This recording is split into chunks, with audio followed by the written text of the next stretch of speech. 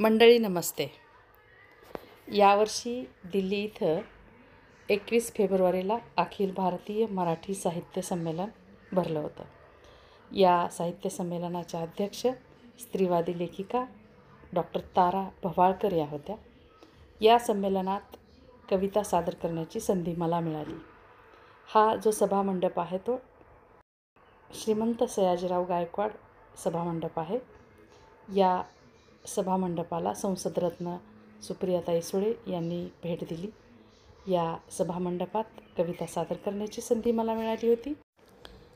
आपण नक्की ऐका. ज्ञान, माहिती, मनोरंजनपर निर्झरा क्रिएशन या यूट्यूब चॅनलला सबस्क्राईब करा, लाईक करा. धन्यवाद. मी महिला बाल विकास विभागामध्ये कार्यरत असल्यामुळे मी स्त्रियांचं प्रतिनिधित्व करणारी कविता आपल्याला सांगणार आहे. तुझ्या अस्तित्वावर चाललंय मानव जातीचं जगणं.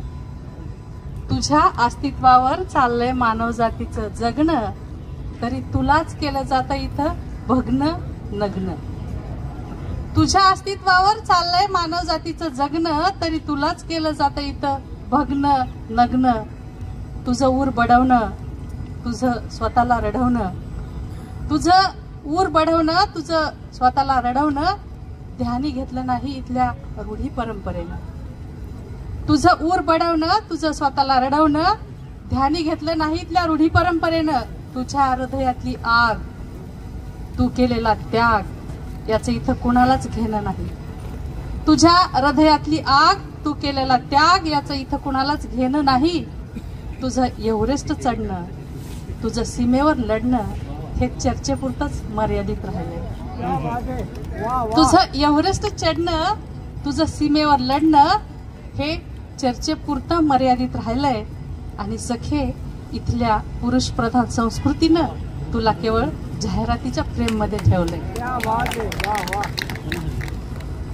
तुझा वापर केला जातो बाजारात उत्पादन झटपट विकण्यासाठी. तुझा वापर केला जातो बाजारात उत्पादन झटपट विकण्यासाठी, देवी म्हणून पूजण्यासाठी आणि यशस्वी पुरुषाच्या मागे ती असते हे सांगण्यासाठी. सखे, तुझं जगणं, तुझं उमलणं, तुझं हसणं हे सोयीस्करपणे नाकारलं इथल्या व्यवस्थेनं. सखे, तुझं जगणं, उमलणं, हसणं हे सोयीस्करपणे नाकारलं इथल्या व्यवस्थेनं. म्हणून तू उठ आता, म्हणून तू उठ आता. तुलाच टिकवायचंय तुझं अस्तित्व, तुलाच टिकवायचंय तुझं अस्तित्व, तुझं अस्तित्व, तुझं महत्व, तुलाच टिकवायचंय तुझं अस्तित्व. धन्यवाद.